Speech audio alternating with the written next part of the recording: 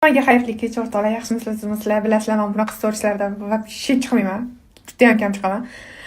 Bitta tema bo'lyapti-da. Hozir buvim telefon qilyapti. Yaxshimisan deydi. Ha desam, nima podpischiklaring kamayib ketyapti deydi. Hamma direkt ham to'lbyapti. Podpischiklaringiz kamayib ketyapti, aktivist tushib ketyapti, yangiliklar qo'ymayapsiz. Ha, xo'p, qo'ymayman chunki qish, sovuq. Boshqa manaqa vayinlar, nimadirlar ololmayman. Faqat shu mani yo'nalishi mototsikl. Boshqacha narsalar qo'ysam, sizlarga ham qiziq bo'lmayapti, bilmayman. Mani faqat shu mototsikl bilan ko'rib o'rganib qolgansizlar. И подписчик menga har kuni kelyapti. Har kuni 1000 ta, 2000 ta подписчик keladi. Men bu yerdan to'xtamay blok qilaman. Черный spiskam hozir men bitta qo'yib qo'yaman, skrinshotini. Menga подписчиklarim mana bunaqa ko'p turish kerak emas. Menga sifatli, normalniy auditoriya kerak, akkuratniy auditoriya kerak. Menga odam soni qiziq emas. O'shaning uchun to'xtamay menga yomon kommentariy yozganlar hammasini blok qilaman.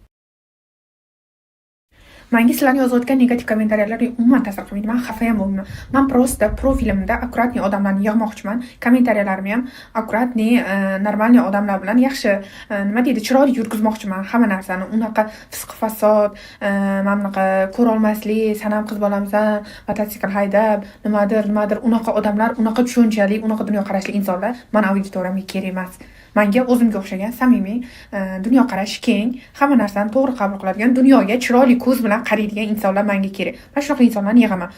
Menga podpischiklarini soni umuman qiziq emas. O'shaning uchun nima deydi, kimdir yomon negativ kommentariy yozganda, sizlar ham bitta menda emas, hamma blogerlarning kommentariyasiga kirganlaringda o'sha yozgan kommentariyaga sizlar ham javob qaytarmanglar. Nima qilasizlar?